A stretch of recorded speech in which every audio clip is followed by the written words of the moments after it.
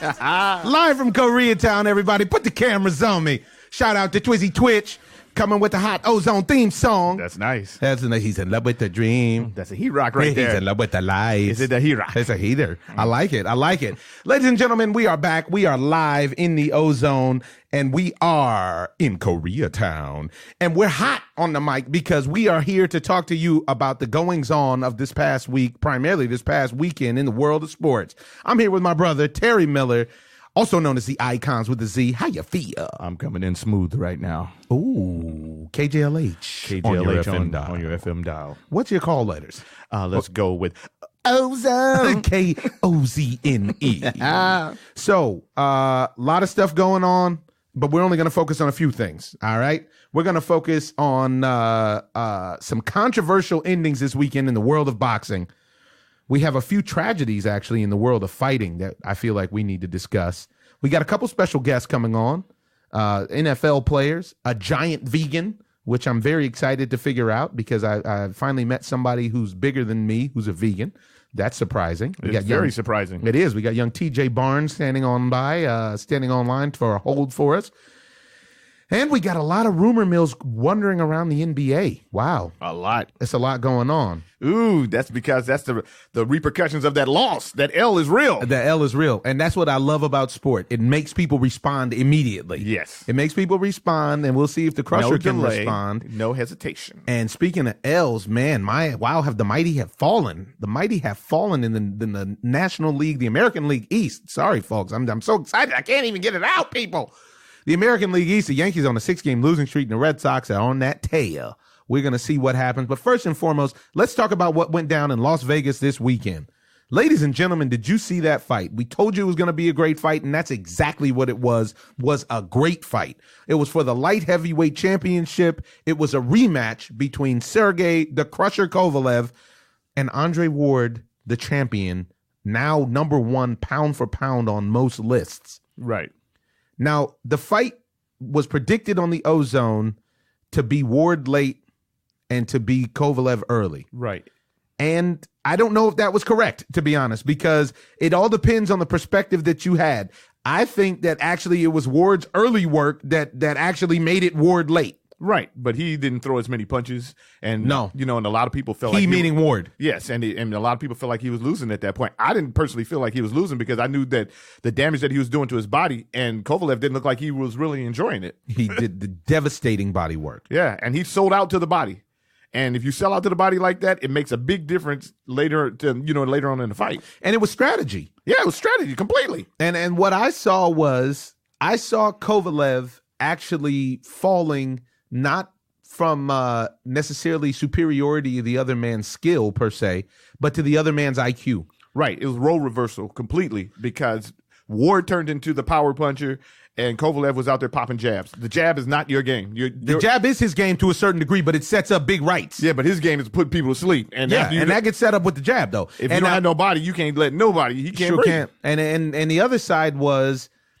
Kovalev, who has stated that he does all of his own training. He has a corner man and a cut man, but he does his training. He's his own trainer. And that seems to be a problem now. That's a problem because he finally met somebody with a very strong team in Andre Ward and Virgil Hunter who actually crafted a strategy from his conditioning to, if you watch those specials that they run on HBO before, you see that literally he had his trainer and his strength and conditioning coach craft a plan for him to literally be able to execute the strategy. Now, obviously, they didn't reveal that prior to the fight, but what you come to find was the strategy was to knock him out, was to leave no doubt, because of the controversial ending in the first fight, to leave no doubt about who was the better fighter, and now we have no doubt about who is the better fighter. Yeah, but I was just listening to someone earlier crying on the radio about... Were they crying? Literally. Let me guess. Oh, why? Why? The Icons have a thing today for some reason where he keeps everybody he talks to, he puts on this voice. Oh, the Yankees need to bring up Chase. Bring Chase Adams. I don't know why he goes into that mode. Yeah, but the people were crying that, Kovalev had so many, he received so many low blows. So let's get into that controversy. Now, what do you think about the blows? That's not a controversy. Roy Jones actually got it right this time. I felt like Roy Jones was on point. Kovalev had pulled up his strap over his navel. Come on, man. He pulled out his strap. He had Calm down, dude. It's just a fight. You're saying he pulled his shorts. Yeah, he pulled his trunks up over his navel. And you can't, and there's a screenshot, by the way, that's running around Twitter of Tony Weeks, the referee, pointing to saying at the beginning, at the opening faceoff, saying right here is good. And that was on the belt. For me, it was a way for Kovalev to be irresponsible. It was a microcosm of society because he wanted to throw it on somebody else. He can't say that he lost, so it's easier for him to say that, oh, well, you know what? The crybaby voice. Give it to him. He deserves it this time. Yeah, because you got body work. The body work was real, and you were looking for help from the refs. That's not. I felt like Andre Ward let him off the hook a couple times because he could have kept going. He looked at the ref because Kovalev was looking for help. Keep going, pound that dude's body because he did not enjoy it. Well, and let's hear what Andre Ward himself had to say about that, because I agree with you and I agree with the champ. Again, y'all, like, if we're gonna talk low blows, we're gonna talk rabbit punches. We can't talk one without the other. And I honestly feel like his was intentional because he doesn't really know how to fight inside. That's the best thing he can do. I didn't intentionally try to hit that man low. Things happen. I wasn't in trouble. I didn't need to foul. Like, there was no reason for me to intentionally foul. You just got to look at the logic in that. Sometimes something's going to get away from you. But just because he has a reaction like that doesn't mean it was low. It means that he didn't like the body work. He didn't like the body work. And that's why I didn't follow up the first time when I had him bent over, because I didn't know how to, I know he was trying to sell it, and I'm looking at Weeks like, is he buying it? And Weeks didn't respond, and he would jump in and he pulled back. So I was in a tough spot, but this is boxing, man. Like I told you guys, I won by 12 rounds and somebody had something to say, oh, it was kind of boring, I fell asleep. Okay, man. Then I had a close fight. Well, people say it's controversial. And then we come back after the controversy and do this, and we talking low blow. But it comes with the territory, man. I'm thankful. I appreciate all you guys.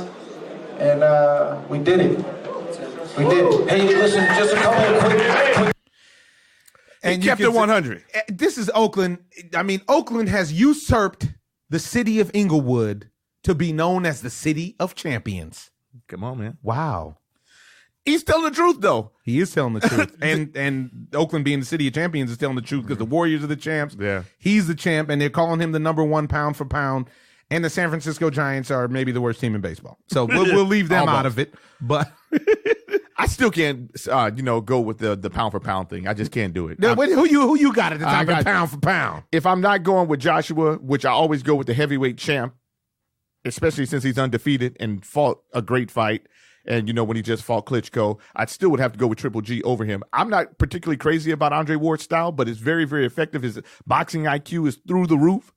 And his boxing IQ was through the roof. Yeah, and he makes adjustments like he should. And like he said on fight night, I'm not the most, athletic or any of that. Which is beautiful. I'm just I'm more intelligent. And it's not a Floyd. And he does the work. Yeah, and it's not a Floyd fight. He's not running. He's not doing any of that. He's out there putting in work. Yeah, and getting work. He's willing to take some, to give some. Yeah. So you can't, Kovalev, honestly, to me, he loses respect more so than anything because he's trying to find excuses. And instead of saying, you know what, I got beat. This guy really brought the fight to me, and he can't just accept that. Well, and the other thing is on that clip, thanks to FightHype.com for that clip. On that clip, he continues to say, because they asked him about a third fight, and he said, yo, man, a third fight makes no sense. He said, you guys can say whatever you want to say, but in real life, it could have got ugly. It's better that they stopped it because he wasn't going to recover from that body work, and in the next round, it could have got ugly, so they really probably did both of us a favor. Which is just a classy response. He's great because as a Christian, as the son of God, as his moniker, he really conducts himself in a high class. And this is something that we've been seeing lately in boxing, which I hope really resonates with the fans because you saw it from Klitschko in defeat. You saw it from Joshua in victory. You saw it from him. But now you don't see it from clowns like Adrian Broner after a fight. You don't see it from all these people when they make it racial. I'm a can man. The Mexican can get it. A China man can get it. All this kind of nonsense. Well, I think let's keep it classy, San Diego. Yeah, but I think that this is personally for me. I think that this is where the fans don't accept it because it's a backlash on him just because he keeps it positive in a sense because he didn't go to the low road. He kept it positive. I agree. And the fans are backlashing on him because he didn't. I mean, the guy has been a class act. He never broke character or hasn't done anything out of line. And he beat the guy and he gave him great props and he keeps it pushing. What do you want from him? You want him to act like an animal? He did his job. We got somebody on the line who'd like to gloat about his prediction because he finally got something right. Ladies and gentlemen, you can find him on Twitter at Next Victim. What's up, Next Victim?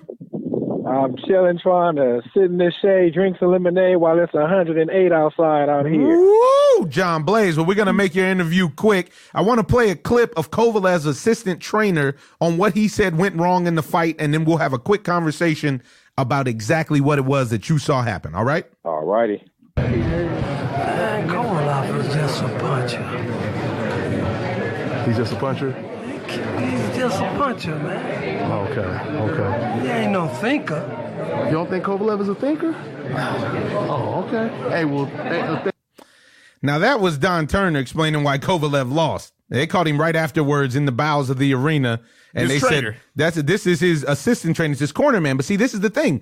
Kovalev made it very clear he's his own trainer. And this is a problem because he has to recognize his inefficiencies. He has to say, you know what? I don't want to answer to anybody. And that's the number one problem. But it's never happened before. So if you're looking at the situation, what was he, 32-1 before this fight? And he didn't feel like he lost the first fight, which I can understand.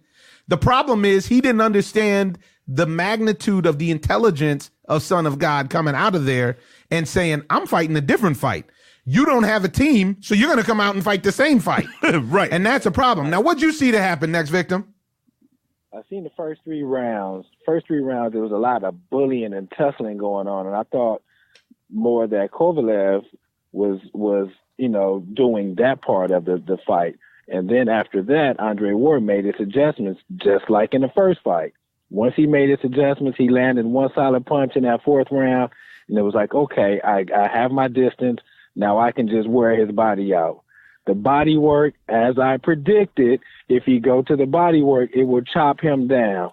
Now I didn't, predict that Ward would win. I was kind of, just equal on both sides. Well, you said SOG. We can run the tape back. You said you were with SOG. He took him. It was more with your heart. Yeah, you were taking him, but you did claim SOG. Yeah, I roll with him if he fought that fight and he fought that fight. He sure did. He fought that fight, and that was just impressive, very impressive. And is he the pound for pound? I can't say yes. Is he a great fighter? Yes.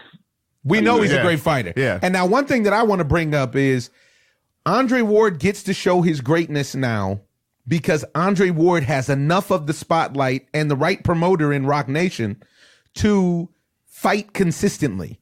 We haven't seen Andre Ward consistently in the ring since the Super 6 tournament. Right. And that's when he got established as being great. That's when Brand Jordan said, you know what? This guy is the next winner. And that's why they picked him up. He had all those problems with his management. He had all those problems not being able to get in the ring because of contract disputes and this, that, and the other, and so on and so forth. That I think there was a little bit of ring rust even in the first fight against Kovalev, which got knocked out and got knocked off when he got knocked down. And I think that now you saw him fight on a standard fighter schedule where he fought in November. Now he's fighting again in June. And now I'm sure he'll fight again once before the year is over. And he's going to be the Andre Ward that I always claimed that he was. Like I said, SOG is a friend of mine. And he's always cool whenever I've met him and talked to him. It's always Bay love. It's town business. Yeah, he's always been a good guy. I was concerned going into this fight, and I'm happy that there was no reason to be concerned. Yeah. I mean, he got work. Don't sleep. He got hit, and he got hit a bunch. Looked like he had a mouse forming under his eye early. Yeah, the eye was almost closed. It really was. Closed. But this is where the corner did excellent work, and because after the fight, you couldn't even see the mouse under the eye. How about that? Yeah, but you know what? This is where I disagree with you a little bit, Next Victim, because one of the reasons why is because I feel like Andre Ward came out and executed his game plan from jump. It wasn't even like a hesitation. He knew that he was going to have to take some punishment to get to him. He sold out on the body, and he knew that it was going to pay off in the end, in the long run. He didn't look at the short-term picture because he established the right hook out the box, the right cross. He came out and hit him solid on his chin. He knew that he didn't have enough power to knock him out with a one hitter quitter. Right. But you can't square anybody up better than he squared him up in the 8th round with that right. Right. And that so was like the equivalent of that Klitschko of that Joshua uppercut. Wow, you go that far. And it didn't even and that Joshua uppercut didn't even knock Klitschko out with one punch. That's my point. Yeah, that's true. You know, so I felt like he executed his game plan. They executed his game plan from jump. And even when you listen to Virgil in the corner, he was saying, "Hey, we're doing it." You know, he's saying with the body. Yeah. Open up. Yeah. Can you tell me why Virgil Hunter was wearing his sunglasses at night in the arena? That's all I want. Stunners. So I can. He got to put your stunner shades on. Put your stunner shades on. Gas, break, for the bang. He had to do it for the bang. He had to put his stunner shades on. It worked. What he told him is you can't see me. That's what he was saying. You can't even see me. Virgil Hunter I don't know if he's underrated as a trainer, but he did an excellent job. He did an excellent job crafting the game plan, and he did an excellent job of getting Andre Ward in the mindset of what he needed. Now, I thought he did a poor job. After the 6th round, he told Andre, or the 7th round, that he'd won every round. Yeah, that wasn't right. That's not good work. You did not win every round, brother. But he was winning. Right. And he was winning on 2 cards. He was winning. And he was winning on 2 cards. Yep, and that's going into the 8th. He's winning on 2 cards. Because Kovalev's trainer, I like the dude, but if you can't establish your boxer to get in there and run the plan as from the very beginning. But this is what we're saying. He does not have control of that box. No, he doesn't have control, and that's evidenced by Kovalev saying he's just here. Yes. He holds the mitts. Right. He wraps my hands. I do the training. And I do the planning. And my plan is always the same. And it's worked for 32 fights, so you can't front on him. Now we'll see if the Crusher can make any adjustments or if he's going to continue to send out racist tweets and kind of imply there's some sort of racism going on. After the fight, he kept saying, "Oh, this is not son of gods, he's son of judges," which is ridiculous because realistically, even if they were low blows, you need to take a knee or whatever it is you need to do. You can't just double over and expect for nothing. Expect, for the best. Yeah, and he has to accept responsibility because basically he stopped fighting. He stopped twice. He stopped fighting. He stopped fighting. More than once. And his fans are like, well, they should have gave him an 8 count. No, he should have stopped. No. He should have took a knee or he should have kept fighting. Now, what I will say, though, I'll tell you this. The referee stalled him out, and Andre Ward stalled him out. You didn't hear the clip. That's what we were talking. That's what Andre Ward said after the fight. Yeah. He could have got a piece of that Floyd Mayweather if the referee and Andre Ward wasn't cool. He could have gave him that Victor Ortiz and just dope fiend him.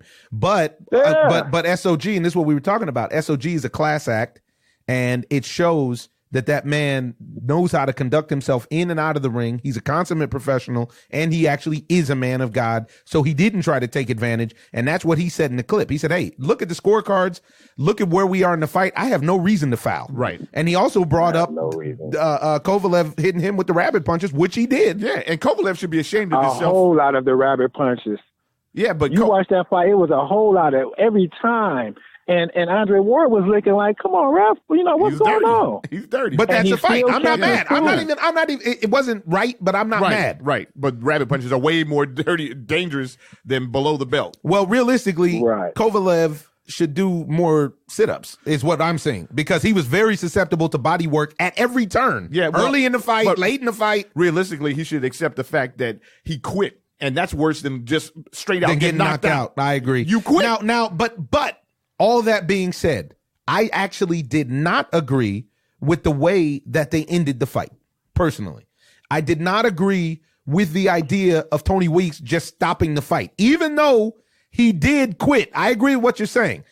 I give him an 8 count, or I give him, he didn't even say, "Show me something. Are you okay?" He didn't say nothing.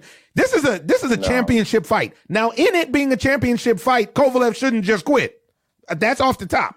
But also, there was no warning. There was no warning for low blows. And yes, there were a couple of those blows were low. But like I'm with Andre Ward. They weren't low by design. It wasn't like, all he had committed to was I'm gonna punish the body. Yeah. And the dude bent over intent. and doubled over, so you're making yourself even more susceptible to the body. I'm not mad at the stoppage for the simple fact is that he wasn't fighting back. And This is true. And if Good point. Good if point. I'm the ref and he's not fighting back, I have to do what's best for both fighters. Because he's not protecting himself. Because he's not protecting himself. Right. at And that now point. I have to protect him. Yes. And I can't say, And well, I'm each going to protect time you for a few you're seconds. You taking a knee. You almost taking a knee on your own. But you know should what I have mean? taken a knee. But he should have taken a We've knee. seen Like that. Mel You just Brooks. completely took the knee. We've Right. seen that a few You should've times just this year. Bowed out. This year, You should have just bowed out. no, he shouldn't have bowed No. out. He should have took a knee and got himself together. Get him a standing 8. Because then if he takes the knee, he has 10 seconds to get the wind back in him. Looked like he got the wind knocked out of him. And it was that thing like happens when you were a little kid and somebody knocked the wind out of you like, you just have to start crying. Except they never stop punching you in your Except they stomach. never stop because we're little boys and you just get hurt. Freaking bread You basket. didn't do enough sit-ups. You You didn't do didn't. enough 6 inches. You didn't do enough sit-ups. You need some more work on that sit-up bar. But you can't go So let around me blaming ask this everybody real else. quick. Let me ask you guys this real quick. Now, the boxers are the ones that we're going to see. The trainers are the trainers. So, with this being said, Kovalev is bigger than his trainer. Do most boxers do they consider themselves bigger than the trainers, or do they work with the trainer and say, okay, we're at equal level? Most Or slightly successful boxers are a part of a team. Just like in any successful. Just like in any successful organization. Now, the boxers and tennis players and so on and so forth, these are individual sports. So that while you're in the ring, while you're out there on the tennis court, while you're playing golf, you're the only one who can execute or not execute. But you have a team of people to help you put together a plan so that you can execute and win collectively. Obviously, you make the most money, you get the glamour and so on and so forth, but you see it time and time again. You see it like with Manny Pacquiao and Freddie Roach. There's a father-son, there's a paternal relationship. A bond. There's a bond there. Manuel Stewart, Hearns, you got Manuel Stewart and Lennox Lewis. Look at how Manuel Stewart Yeah. took Lennox Lewis to the next level, took Vitaly Klitschko to the next level. Look at, what's his name? Look at Muhammad Ali. But look at Muhammad Ali and Angelo Dundee. Come on, man. Come on, man. You're not going to beat those two guys together. It works. If you execute my game plan the way that I explained it to you, if you execute it, we'll win. And if we don't, then I wear it just like you wore it. Exactly. You just might wear it in public, but I still feel bad about it. And that's if the bond is real. Right. If the bond is real. Look at Floyd and Roger. Yeah. Right. Come on, man.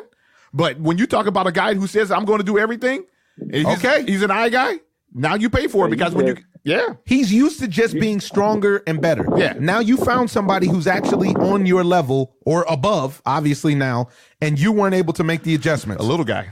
A little dude, which is even more on the machismo tip, which is even more upsetting. Right. Now, one of the things you talked about, Next Victim, is that I felt like Andre Ward from the last fight had already knew his range. And I think that one of the things that when we were watching the fight, I was explaining to O is that Andre Ward stayed inside of his power. And that negated a lot of what he had going. Yes and no, because to me, and Andre Ward at the beginning of that interview, I suggest you guys go over and find that on YouTube. At the beginning of that interview, what he says is, listen, you guys keep asking me the same questions. Yes, he's very simple. He's trying to land a big right hand and he's trying to land it off some jabs. But I'm here to tell y'all, he's really good at what he does, so that it's difficult to take that away from him. Mm-hmm. The thing is Kovalev is actually, I don't agree with his trainer there. He is a boxer because he has a jab. It's not like he's just walking around head on. He has a jab that establishes the big right, but I'm with Next Victim on this one. Andre Ward ate a lot of punishment with the jab and some headshots in the first 3 rounds. Sure did. And then, just like he always does, which is what makes him great, he found his range. He found his range. He adjusted, and he's tried to get inside his power early. I didn't think that worked so well because that's when Kovalev, being the bigger man, started to bully him a little bit. Then what he started doing was using his footwork. We saw excellence in boxing because he moved without running. You know, he was side to side. He was going back, and at times when it was effective. Yeah, and when it was effective, because and even when he was moving side to side, he was still landing punches. He was still landing punches, and also still landing punches. And also he exploited Kovalev for not being able to cut off the ring. Yes. Kovalev chased him, which used way too much energy. I disagree, though, because I don't feel like Kovalev is a complete fighter because Roy Jones called it out as well. He doesn't have a left hook. And he had it before. He wasn't throwing it in this fight. Well, he took it away from him, though, and that's a big piece because if you know how to do that to a fighter to take away one of his big weapons, no matter what sport it is, if you no doubt, just like the Patriots take away your best weapon or whatever, if you could take away the best weapon that you have, or maybe not the best weapon, but something that makes you really more effective than what you usually are, then it makes a big difference. And he couldn't make the adjustment inside of the fight. And that's because he didn't have a coach that he actually listens to. Even if his coaches tell him, yay, this isn't working, this is working, he's got the hard head. So he's saying, no, I'm going to do it this way. No, you know what? I'm going to knock him out. And that was what he committed to. I'm better than my coach. I'm better than my coach. At that point, it's like my coach don't know nothing. I'm the one that's in the ring. Let me fight. And I think that Kovalev was so angry and so bitter. I agree with that. Andre Ward in the last fight that he just lost complete focus of everything around him.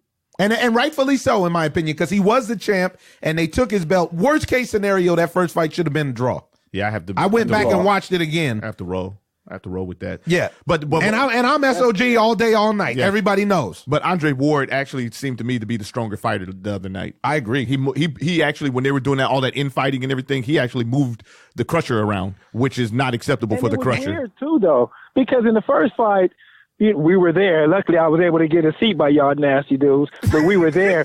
But Kovalev looked so much bigger in the last fight. In this fight, I don't know if he came down, with some of the. I don't think he came down. I think that what happened is that you've had 6 months for a grown man to actually settle into an extra. We're only talking about 8 pounds here. Mm-hmm. We're talking about 7, 8 pounds. Now, on a guy my size, 7 or 8 pounds, you wouldn't even notice. I fluctuate in that amount during the day, depending on if I'm hydrated or not. On a guy that's a finely tuned athlete that's at 168, that 7 or 8 pounds of muscle that he put on since November, since that fight, came to play, and it sat on his body properly. Somebody on Twitter pointed that out to me as well, which was, I thought, a very good point.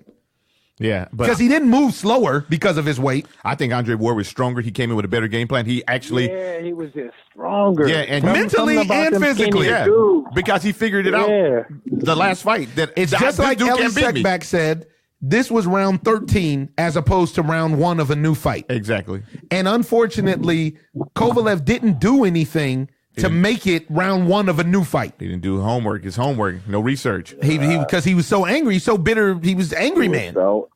Right. He was angry. He just forgot how to box. He knew he was. I don't think he forgot how to box. He was trying to pop the jab. It's just that what he was doing, because he even squared up Andre Ward a few times, and Andre Ward was able to take the punch. Whereas in the first fight, Andre Ward was getting bounced all around the ring with jabs. He was afraid, though, too. Yeah, but also his weight wasn't physically settled on him up. So his balance wasn't off. And you had the fact that he hadn't been fighting consistently as far as the ring rust goes. He had a couple tune-up fights, but they weren't, to the caliber of somebody like Crusher. Mm-hmm. And so then now you're talking about a guy who is at the top of his game, who is in rhythm, in stride, and he's already figured you out. You got problems on your hands. You got problems. He's a better athlete. Better athlete. All right, next victim. Appreciate you. And all right, y'all have a good one. We'll wrap with you soon. Stay hydrated. Late. No doubt. Next victim. Got one right. That Joker finally got one right. Now, the other thing that I wanted to talk about on that card was that controversial finish between Rigondeaux and that controversial finish between Rigondeaux and Moises Flores. Did you see that? No, I did not see that. Remember, I was trying to make my way to the fight. Okay, so there was a controversial finish. Oh, we got another caller, it looks like. Oh, look at this. We got a special guest that's interested in getting on. Let's see what he's talking about. Hold on one second. Ladies and gentlemen, from TMZ Live, we got Young Van Lathan. What's happening, brother? What's up, man? Man, you live in the OZone. You live in the intro I need, baby. I'm trying to give you life out here. Just like that fight gave us all life this weekend. Talk to me. How did you feel? Okay, now how did you feel about the controversial stoppage? I like the stoppage, and I'll tell you why. There's really only 2 types of stoppages that you have in boxing, right? You have the, oh my God, why didn't the ref get in there sooner stoppage? And you have the, that might have been a little bit too soon stoppage. And I think we got a little bit of the latter. I think in that round. I would have scored that a 10-8 round. I think Ward was clearly dominating him, and the end of the fight was coming. And when you look at a guy, if he's not defending himself, then you stop the fight. That's normally how it goes. This is exactly what we said. Exactly. You're on with my brother, too. You can't see him, but you're on with my brother, How's too. it going? What up, bro? You got it. Yeah, that's exactly what I said. He wasn't defending himself. He curled up. He went in the fetal position. Yeah. And he didn't fight back. I mean, what do you want the ref to do? Yeah. I mean, at that point, what you're talking about is what the ref's job is. And the ref's job is there to obviously officiate the fight and make sure that everything's going to the rules of boxing. But it's also to make sure these fighters don't get hurt. And anytime you set a precedent where a ref can't stop a fight because he thinks a boxer can fight through something, you're setting yourself up for a situation where someone really gets seriously hurt down the line. In this situation, the guy's balled up. He's not defending himself. Fight's over. 100%. And you know what's a trip about that? After the fight, Andre Ward said exactly that. He said, listen, this was a good stoppage for multiple reasons, but one, because he wasn't going to recover from the body shot. Right. And in that non-recovery, next round, it could have got really ugly. And you could see he had the compassion of a winner and the class of a champion, because what he did do, when he had him doubled over earlier in the round before that, he didn't continue to attack. He looked at the ref like, yo, are you good? What's up? Yeah. What's up? And what we surmise from that is Kovalev was looking for an out. He was looking for help from the ref, and ultimately he quit. And he doesn't want to accept the fact that he quit. It probably would have been better to just get knocked out, but he doesn't want to accept the fact that, hey, this was on you. I mean, listen, if you look at the fight, I think the first fight, was obviously a very tight and controversial decision. I think the second fight, the whole thing was interesting. Number one, people that watch that fight, man, Sergey Kovalev is an absolute monster. And you just did not see that in that fight. Andre Ward was so successful in blunting and muting Sergey Kovalev's power in that fight that it looked like he was just fighting a skilled jabber for a lot of it. Wow, that's great analysis. Yeah. Absolutely. That's a great way to put that. Yeah. And to be honest with you, at the point that the fight was at, I think that Kovalev mentally, physically, his body was shot, but I think mentally he was like, man, I'm touching this guy. Why isn't he going away like everybody else has? And so when you started to see him look to the ref, anytime a boxer looks to the ref, it's almost it's going the wrong way. It's a problem. Yeah. Things are going. It's you going 95 south. MIA. Take it to the house. That's the way we take it to the house. Take it to the house. Take it to the house. Right. I agree. Yeah. So in that situation, I don't think that there was much left of the fight, and so because of that, I don't have any problem with the stoppage. The sad part about it is Kovalev is a very superb fighter. He's a splendid fighter to watch. And I don't want to see a third fight between these guys, so I don't know what's left for him at 175 now that he's lost twice to Andre Ward. I agree. Now, I think moving forward, there's a couple things to talk about there. Moving forward, Kovalev either has to go fight Adonis Stevenson and Stevens, sorry. And I think that the problem is we could be dealing with a situation like a Mike Tyson kind of situation where somebody has beat the man, which then in turn has taken the allure away from that man. Mm-hmm. Yeah. And also what SOG did was he exposed the fact that Kovalev doesn't like to do enough sit-ups and the body is susceptible for punishment. Right. Right. And Stevenson, for all of his weird antics and the peculiar guy, is he might be the only guy in the division with as much power as Kovalev. Got crazy power. Yeah. Crazy power. So when you look at that situation, if such a crucial flaw has been sort of exposed, you got to wonder how he'll stand up against him. And then secondly, even if Adonis will take the fight, he's inactive and he doesn't really get in the ring that much. But that's the only thing that could save him. And then maybe if he gets that belt, that might be a reason for Ward to step in and fight him again. And that's what Ward said in the post fight. But realistically, if I'm Andre Ward, I've proven everything I needed to prove against this man. I wouldn't fight him again. I have there's no upside for him to fight him again. None at all. None at all. You're just in the ring now with the guy who you've beaten twice, and you've given him 20 rounds or something to try to make an adjustment. Right. So I wouldn't fight him again either. No, I don't think there's anything there. Now, as far as Andre Ward goes, where do you have him on the pound for pound list? Do you have him atop the pound for pound list? Listen, if the pound for pound list is who do you think is technically the best boxer in the world, then Lomachenko is my number one on the pound for pound list. If that pound for pound list, but if the pound for pound list is right now the best, most accomplished fighter in the world, it can't be anybody other than Andre Ward. So this is where we all disagree, because one, I'm not mad at Lomachenko, but I think Lomachenko's overrated. For a guy that has 9 fights, for everybody to be on him like that, it's beautiful what he does. But you know what?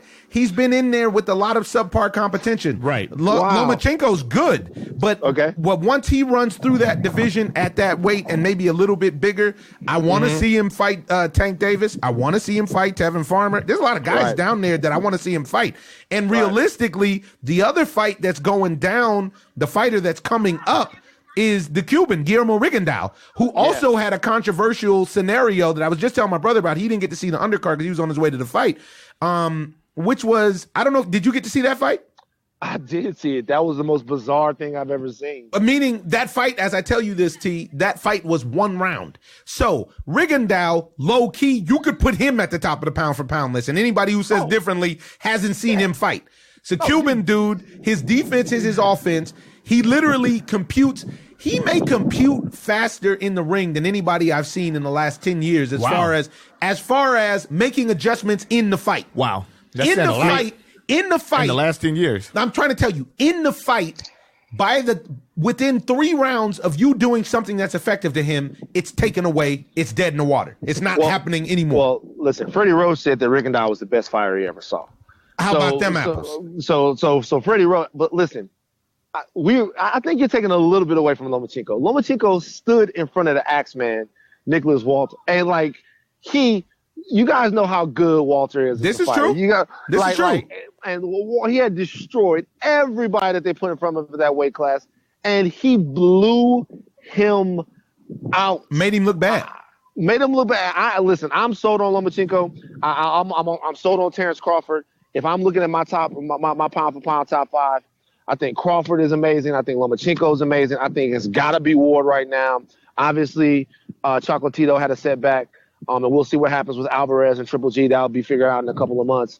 But I think right now you'd have to put Andre Ward up there, man. He's earned it. Andre Ward's a stud, but at the end of the day, Triple G, man, come on. Well, and now Gennady is the homie. Literally, Gennady. We get Gennady on the line, but realistically, boxing's glamour division is back, and in real life, pound for pound, if you put an extra 50 pounds on Triple G, on Rigondeaux, on anybody, none of them want to see that big fella that's stomping around London right now. Yeah. Nobody. Oh no, nobody wants to see Anthony Joshua. And from what I've seen, that fight that he put on with Vladimir Klitschko, realistically, he's the best heavyweight fight I've seen in about 20 years or so. Wow. Give me a better fight in the last 20 years. Maybe not 25 years. You talking about Evander Holyfield, the real deal. Yeah, you talking about the deal. Not a better fight, but I'll give you a better heavyweight. Lennox Lewis, right? Lennox Lewis was so overrated. No. But even with that, I'm talking about a better fight. I'm talking about that particular fight. Give me a fight since 1997. Maybe, since Tyson Holyfield, because really those Evander Holyfield Riddick Bowe fights are all incredible. Right. I gotta be real with you. I gotta be real with you. I'm 37. I've never seen a better heavyweight fight than that one. Listen, that was, and you're not like saying nothing bad by saying that. Even with the great heavyweight fights, you got to go back to the heavyweight fights of the 70s to get that kind of a great amongst the big fellas. Because usually amongst the big guys, one hitter like that put you to sleep. The fight's over. Yeah. That type of drama, that type of storyline, a champ going out, a new champ coming in. Unbelievable. You don't get those type of opportunities very much. Klitschko didn't want to give it up. Like, Joshua had to go take it. That's boxing there. And he took it. And this is actually why I wasn't mad at Sergey Kovalev after the first fight saying, look, man, he didn't take my belt. I knocked him down and I dominated the first half of the fight. Yeah, I ran out of gas, but I'm the champ and I need the respect of the champ. I can't front on that because actually that's how I feel about it as well. He just looked so bad that second half of that first fight. Well, he looked real bad in the 8th round of this fight. And it didn't work out the right way. Fellas, I got a little dude right now named Harvey Levin begging for me to come in here and do another show. I got to run, man, but this was a lot of fun. All right, tell Harvey I'm still going to give him a 1-2 for that lob that he gave Donald Trump. Tell the people where they can find you real quick signing off. Van, social media. Tell people where they can find you. At Van Lathan on Twitter, on Instagram, both of those, you can come hit me up. My brother, thanks for contributing. You are now a friend of the Ozone. Late. Appreciate you, dog. Peace. Great contribution in the Ozone. Yeah. I love it when people know what they're talking about. Right? He almost. Lennox Lewis. That's not an almost. Lennox Lewis wasn't a great champ. Lennox Lewis was a good fighter. He wasn't a great champ. I don't know about that. If Who did he look at his record? Who did he fight? If you look at the numbers, though, if you just look at the numbers, I'm going by quality of opponent, not looking at numbers, because you can say this thing about Mike Tyson. Mike Tyson was a knockout artist, but he was not a great champion. I don't agree with that either. Yeah, because who did he beat? Pinklin Thomas and Trevor Burbick. He and beat all who was there. He beat the crap out of Larry Holmes. How about that? Yeah, Larry Holmes was old too.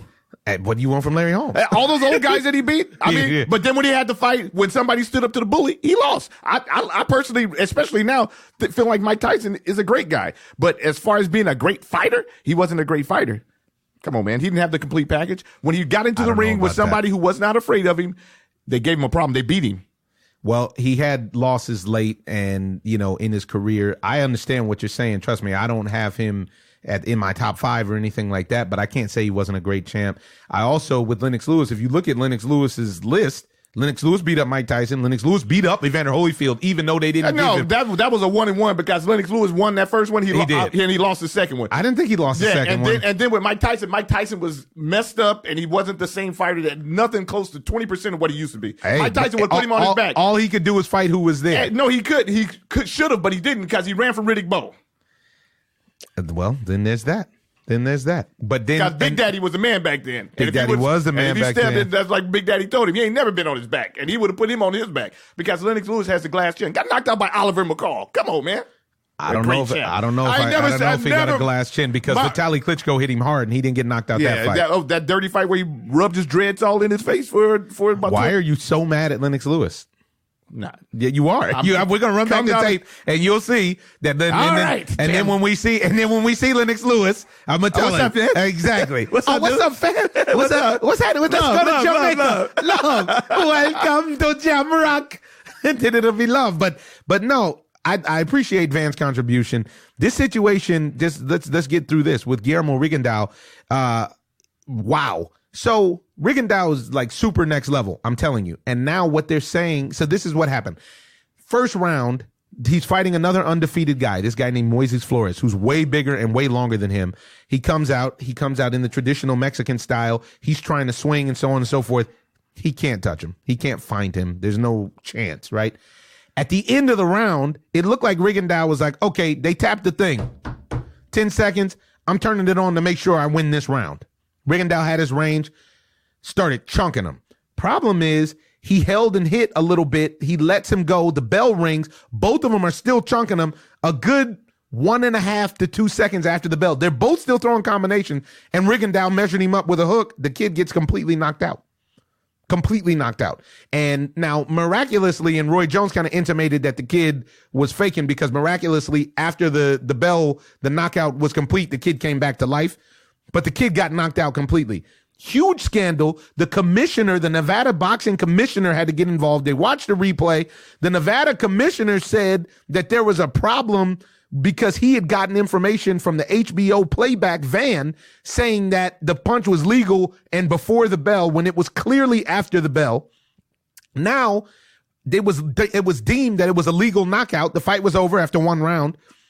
Now, today, they're saying that he's going to have his first round knockout win overturned and changed to a no decision.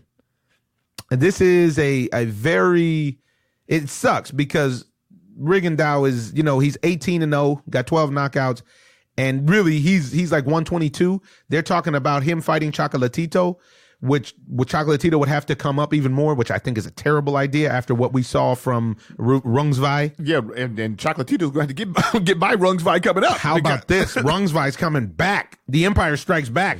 All in all, great weekend for boxing. Once again, I claim that boxing is back. 2017 is a year for boxing going back. And there's one thing that I wanted to cover in that, which is terrible, is that the ex-UFC fighter Tim Hague that came and fought in a boxing match, which we could see shades of coming up with Floyd Mayweather and Conor McGregor, since it's now official. This guy just got put in a coma after his fight. He got knocked out, and now he died. This is boxing, man. This is it's the only sport you don't play. Yeah, it's a dangerous sport, and you can't come in there half-stepping. And this is something that the fans are like running towards Conor McGregor now, thinking that wrestlers can beat a boxer. It's not real. I mean, and Floyd Mayweather, even though he's not a power puncher, can actually hurt you. Man, Floyd Mayweather, hands are lethal weapons. Floyd Mayweather, being as small as he is, can hurt big guys. You know, he can hurt 250s. If I walked up to Floyd Mayweather talking reckless and he felt like it, he could really give me some internal bodily damage. Yes. He's a professional. He is a weapon.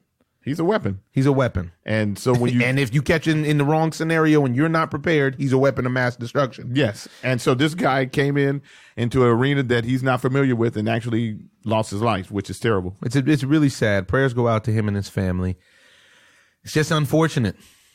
Well, moving on in the ozone, moving on the list, let's talk about the rumor mills that are popping off now that the Golden State Warriors are the champions.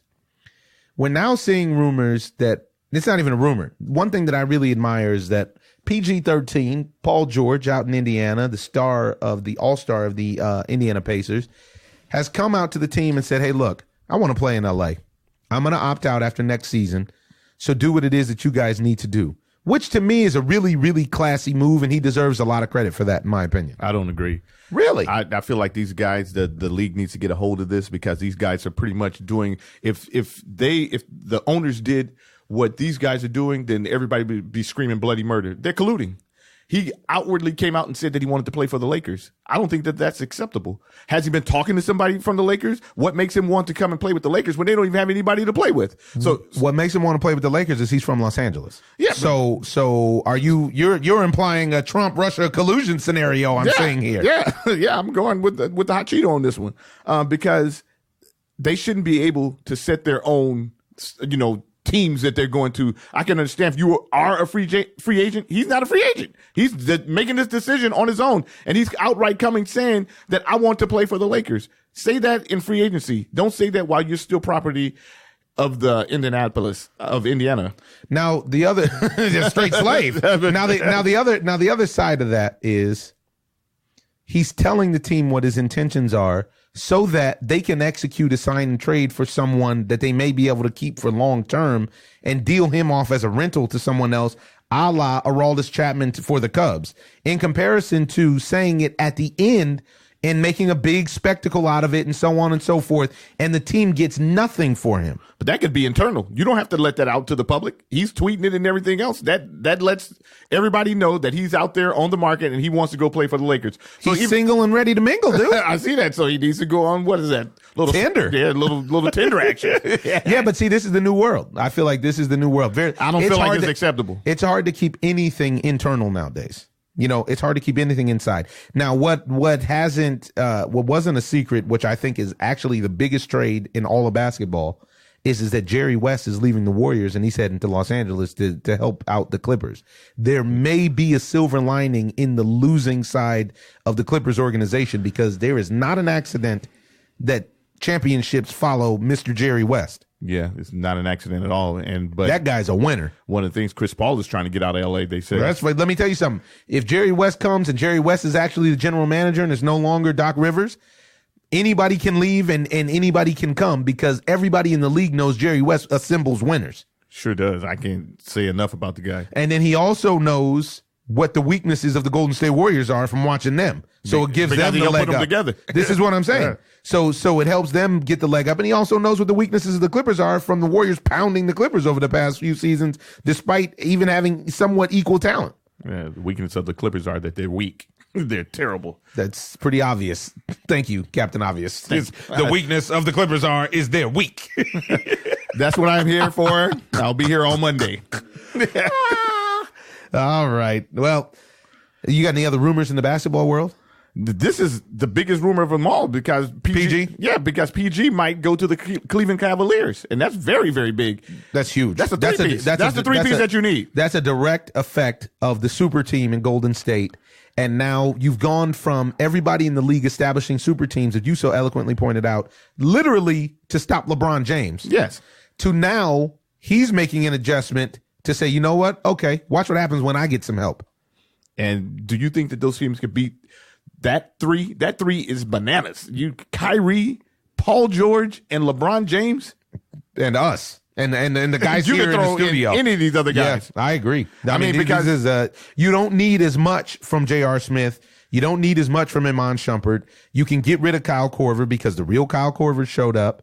He can't play defense, though. They knew that going in. He couldn't even shoot. Yeah. Forget about playing defense. He couldn't hit open jumpers. Kevin Love was okay. I think the only problem with Kevin Love was that he was inconsistent more so than anything. I agree with that. I wonder if there's some sort of nagging injury. And then what I want to know is, do you get Bogut back? Because getting Bogut is a very big deal if Bogut is any sort of semblance of himself. Well, they're going to get Bogut back, and they're going to have the big man to clog up the middle.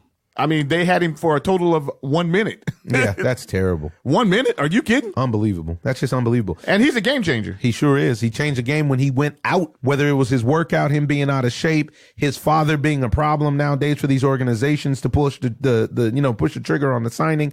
What do you feel about this situation in the NBA and where it stands with the draft scenario? The draft scenario is very, very interesting because these teams trading up means that they really have a lot of interest in the kid Fultz. I mean, he's a hot property. Lonzo Ball, not so much. I think that a lot of people are trying to use that as some kind of a smokescreen or whatever. I really don't personally think that the Lakers want him like everybody's playing. I think it's a decoy for them to get somebody else, and maybe make a guy pick earlier. Now, what they did say that the Lakers are doing is trying to get 2 number 1 picks, which would be interesting and crucial. So they probably have interest in him. I just don't think they have interest in Lonzo Ball as a number 1. Interesting. Yeah, and I think that they were very disappointed. It sounded like they were very disappointed in his conditioning. And I don't think they didn't come off like that was a smokescreen. It seemed like they were actually disappointed in his condition. Yeah. I don't think that his father's as much problem as everybody makes it out to be. I mean, I know he's loud and everything else, but in the NBA arena, so what? Nobody's going to hear him anyway. Well, I mean, as long as he's banned from actually being in practice. Yeah. Now we got a caller on the line. Here he is. He's ready to go. He's an NFL player. TJ Barnes, live in the OZone. How you feeling? I'm doing good. How about you? Man, it ain't nothing wrong with me, big fella. I woke up on the right side of the dirt, and I'm standing tall and looking good, blessed by the best. I understand that.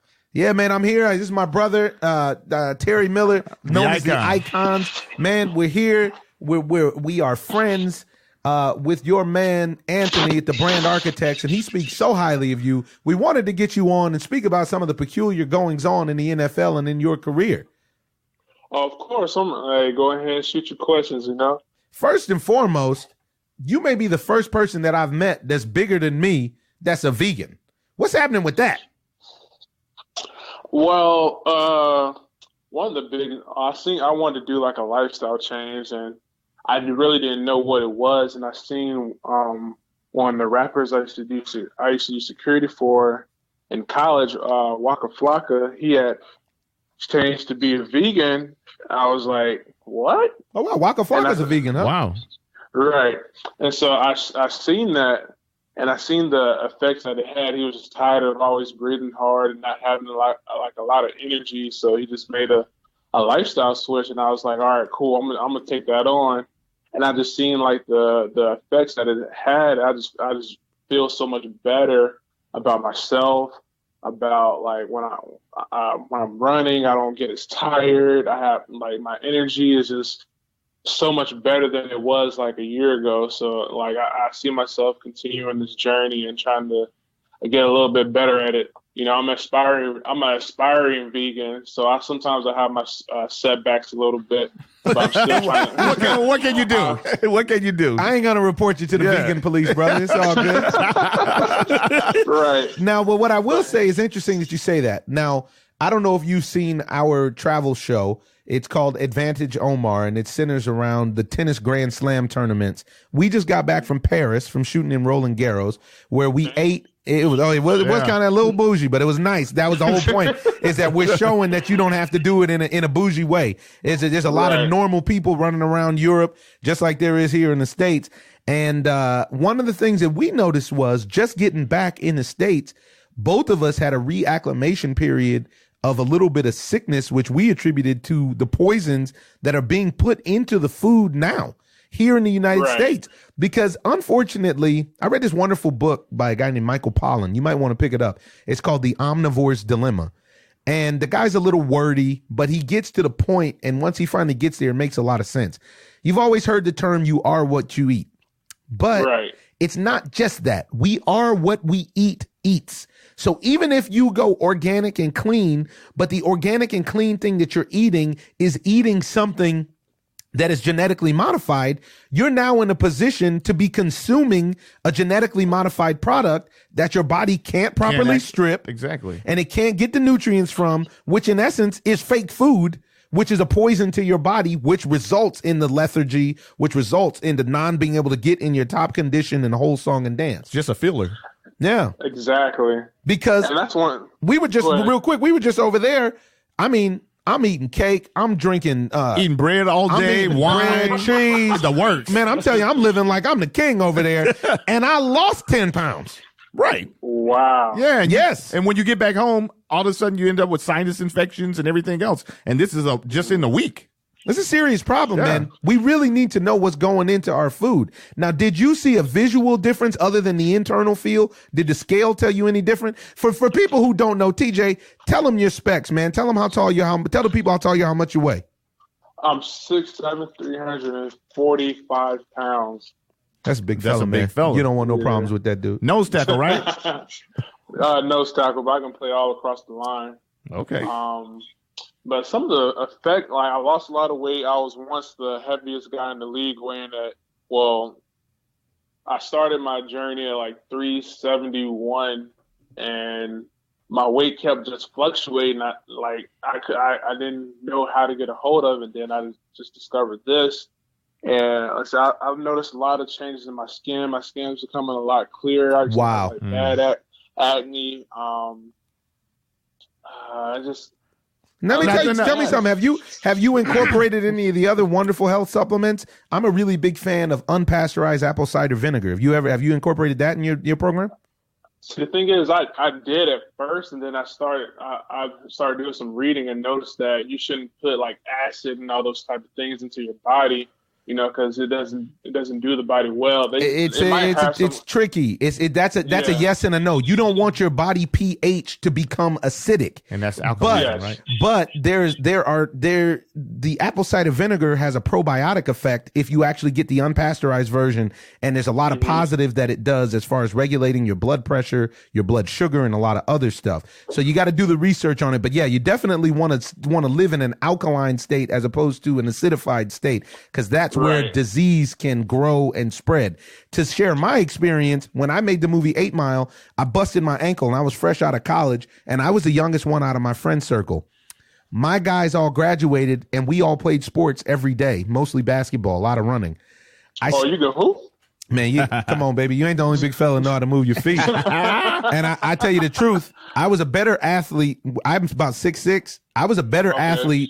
My top weight was 383. And I was a better athlete when I was in my high 3s than I am now in my high 2s, to be honest. And then there's been an adjustment period of like the weight fluctuation that's very difficult of a coordination to deal with. The people it's hard to explain to people what that's like. Cause that weight had been my weight my whole life. You know what I mean? And at 380, it was difficult, but I was so young that it didn't have the same effect as it does now, being a little bit older. So we used to hoop and run a lot. Then all my friends graduated and I was left alone and just started eating. That's when I ballooned up, and that's when I got the role in 8 Mile. I'd stopped playing sports and moved into the entertainment field. Now, in your situation right now, you're in between teams, correct? Right. So your last year was just with the Eagles, or last year was with who? Kansas City. KC was in the house. Yeah. Man, you guys had a squad. Y'all tricked, man. That was a nice squad. Yeah. Y'all tricked. I had picked you guys. Still, y'all made me look bad. Man, I'm sorry. We didn't mean to do so. Man, you guys could have won. Yeah. It was a really good season, especially when I came in. We had just started to get on a little bit of a roll, and my first game was coming back to play Atlanta, and then we just got on like a big road winning against teams and stuff. So I really enjoyed my time at KC. I hate that it had to come to an end, but the business, that's the way it is sometimes. And I'm just in the process of looking for a new team, you know. So, well, you got the right team around you, so I'm very confident that you're going to land in a great place. What's your question, T? No, I want to ask him about him being a vegan, because one of the biggest things is, how do you feel about strength? Because do you feel like you lost any of your strength? And then also, I noticed that in the league, that was one of the biggest things that they were talking about with Colin Kaepernick, because he turned into a vegan. They felt like he didn't have enough strength to do the job properly. I think that was smoke screen. I do too. I definitely think that was a smoke screen for them to boycott him over his political stance, which was actually a human rights stance. Exactly. And we've already said we stand with Colin Kaepernick on that issue. Well, it is. I would say it is a smoke screen, because when I was younger, it was Tony Gonzalez who's a vegan, and he was advertised. Wow. Yes. And I was watching him. He was doing like some type of thing on TV. I was like, ugh, he don't eat meat? I can never do that. I need my chicken and pork and whatever. And it's just crazy how I transitioned into the league now, and then like I don't really touch his stuff. But I don't see myself losing strength. I actually feel like I got a lot stronger. Wow. To be honest with you, and I've never really been like weight room strong. It's the term that they use growing up country strong. But I've seen my numbers like just jump in a way that it hasn't been in the past, even from high school to college to, you know, because that's when you're really working out, trying to push yourself to get the scholarships or get that playing time in college. But I've never seen my numbers jump from bench to from clean, squat, like they have now. So, like I would say I would continue to do this on until I retire and for the rest of my life. Wow, that's awesome, man. Yeah. It's awesome that you found it so young in your life. Now, as far as your aspirations go, man, there's a lot going on in the league nowadays about concussions, about safety.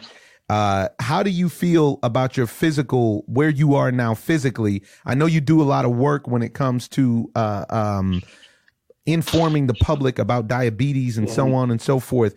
What's your stance on the physical nature of it? Obviously, you make a lifestyle change with the veganism, but what's your stance on the physical safety in the league versus making the game of football itself too soft versus where you are for your life after football?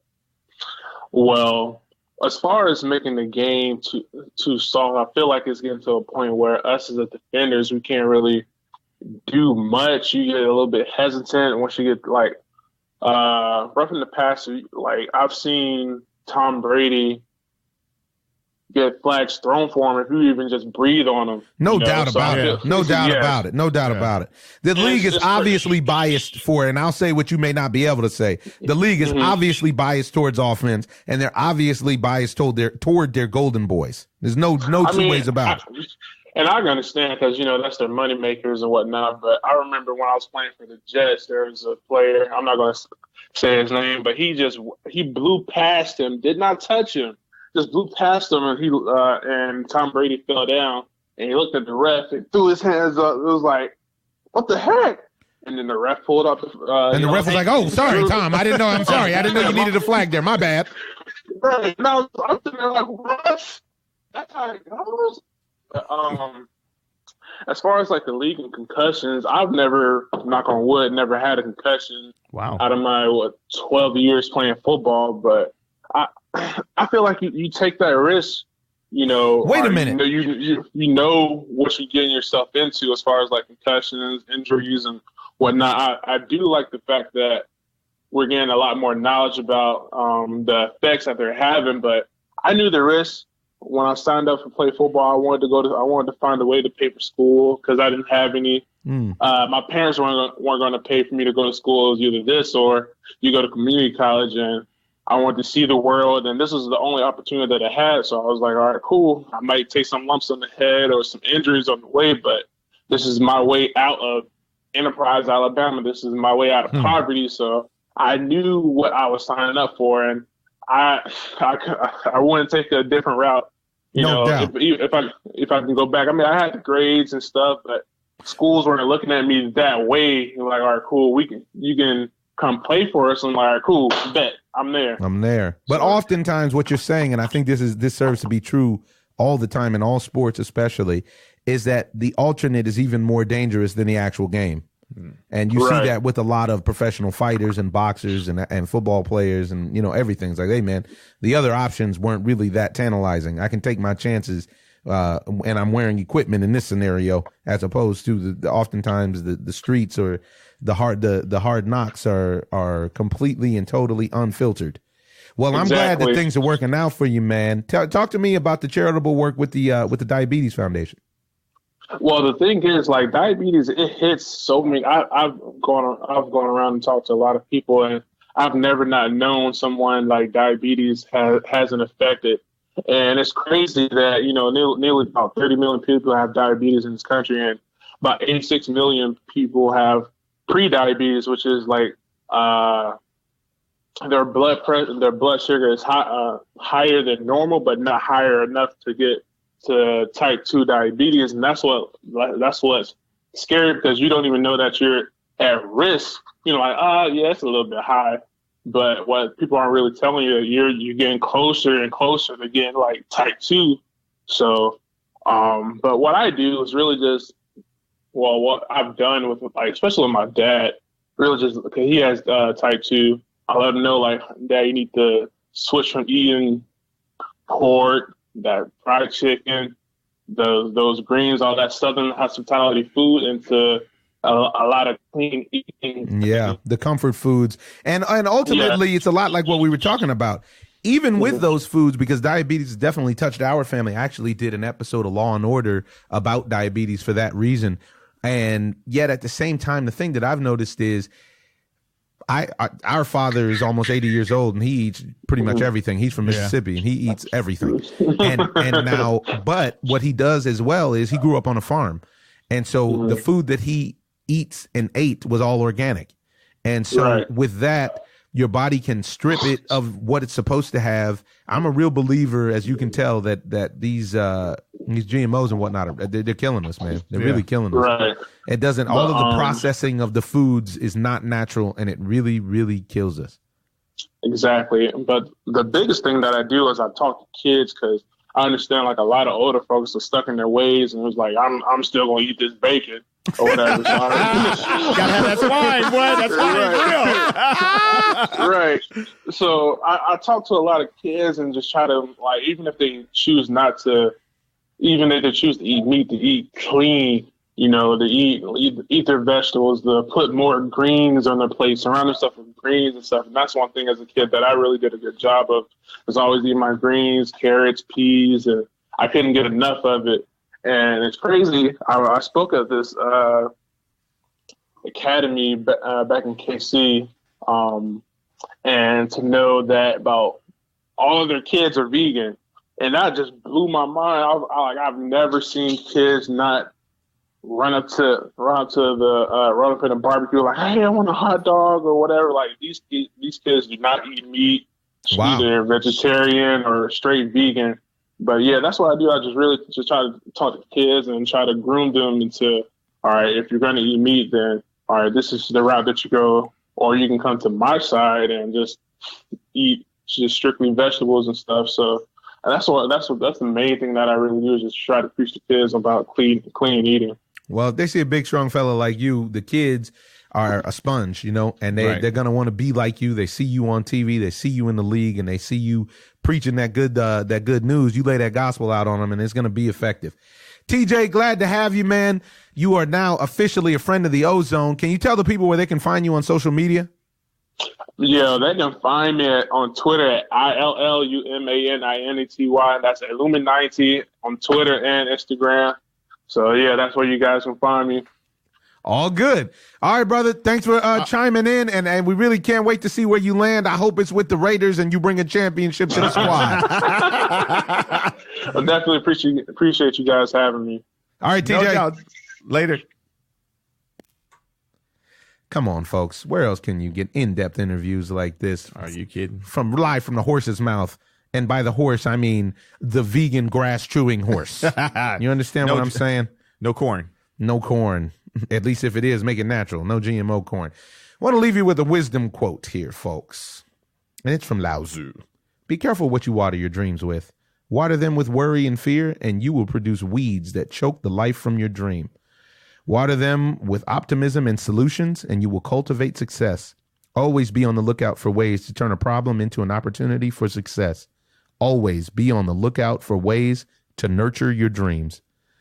Ladies and gentlemen, thank you for rocking with the Ozone. I am your host, Omar Miller. This is my brother, Terry Miller, and we are signing out. Ozone.